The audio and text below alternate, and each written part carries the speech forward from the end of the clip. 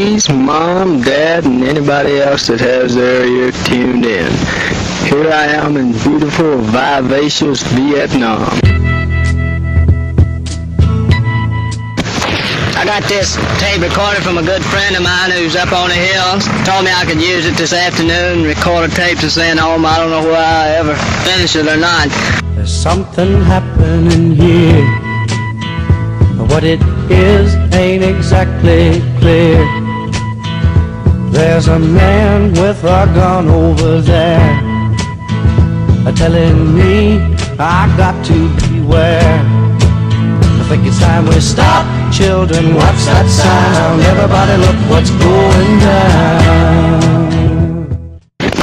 I'm presently on LZ Center, sitting on top of about 10 sandbags looking out over the valley.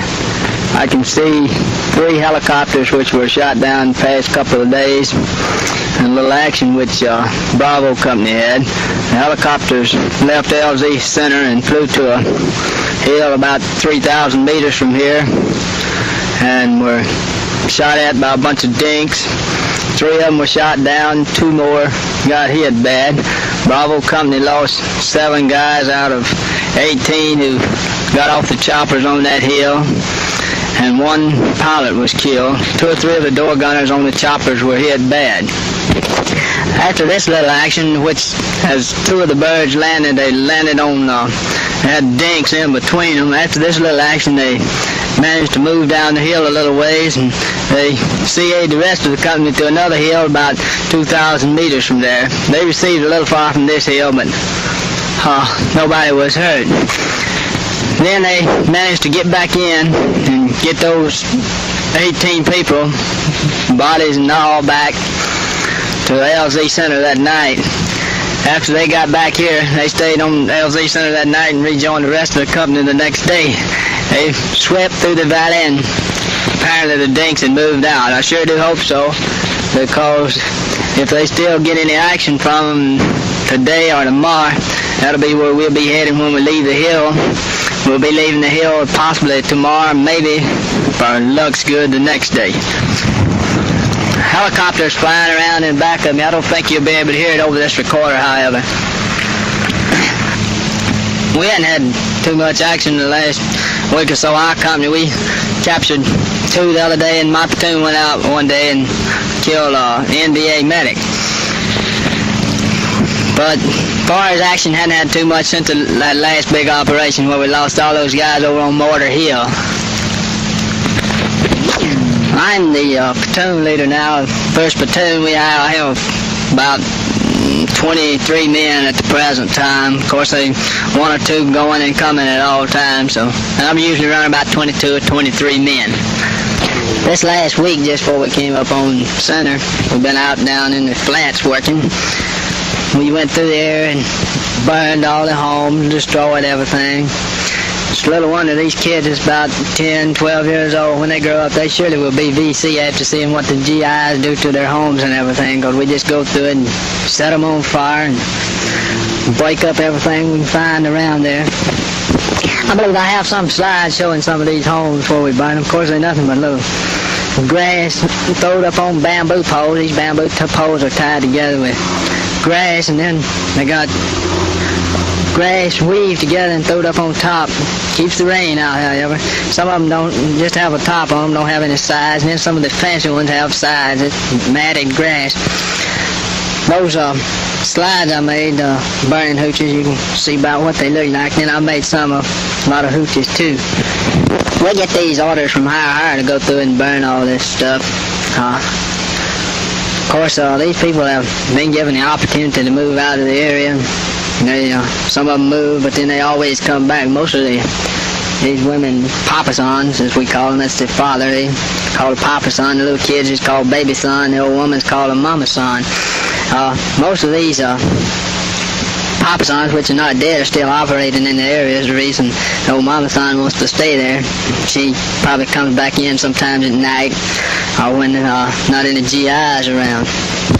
Every now and then we slip up on one of these papasons, and when we slip up on one of them, he won't be working in that area anymore. He'll be going to meet his maker. We brought in 2 prisoners last week. That's the first time Charlie Company's brought any prisoners in a long time. They probably consider themselves lucky because usually they die.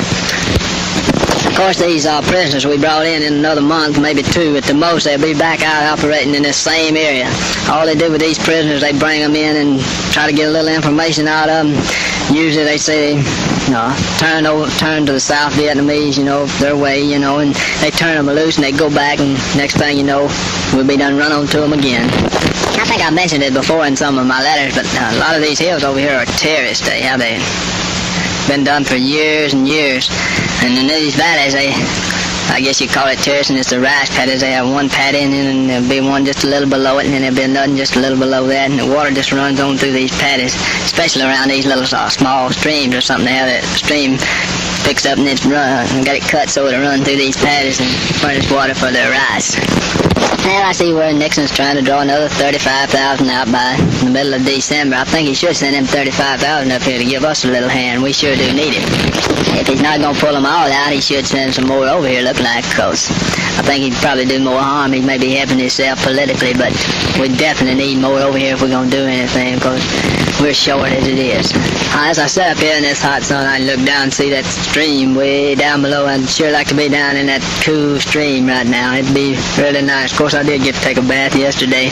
They got a little water in up here, and I managed to take a bath. Of course, it wasn't too good of water, but anyway, I got most of the dirt off. Of course, that was the first bath I'd had in about 3 weeks. I had several slides of airstrikes. These were all F-119 or something, I don't know just what they were. It wasn't B-52 strikes. I don't believe I got any B-52 strikes because they seldom have a B-52 strike in our area.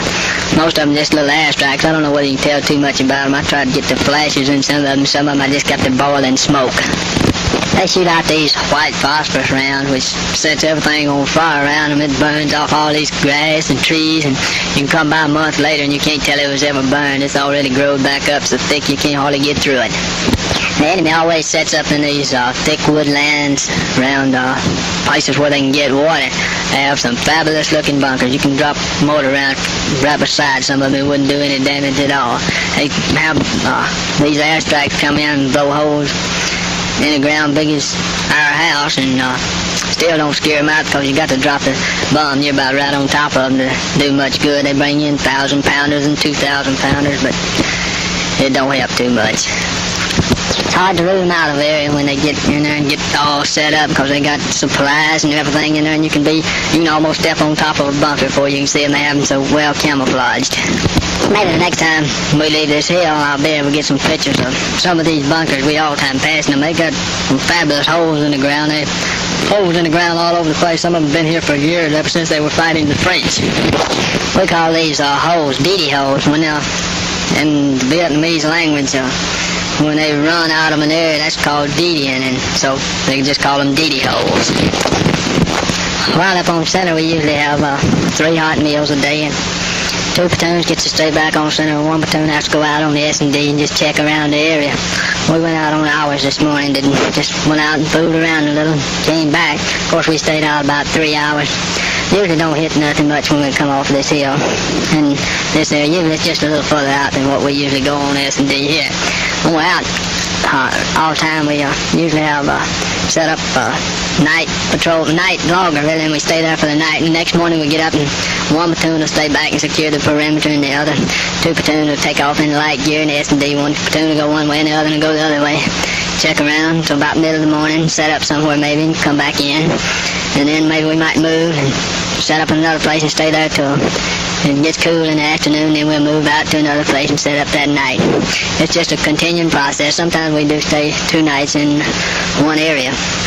Most of the time though, we stay 1 night here and we'll move on and stay another night somewhere else. A lot of times we set up in the daytime in a hooch area. Everybody just lay around, sleep, and write letters and stuff.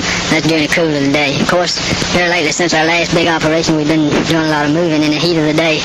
We've been trying to chase the enemy down. Before we started this last big operation, well, the last big operations one in which the colonel and them were all killed in that when the bird was shot down.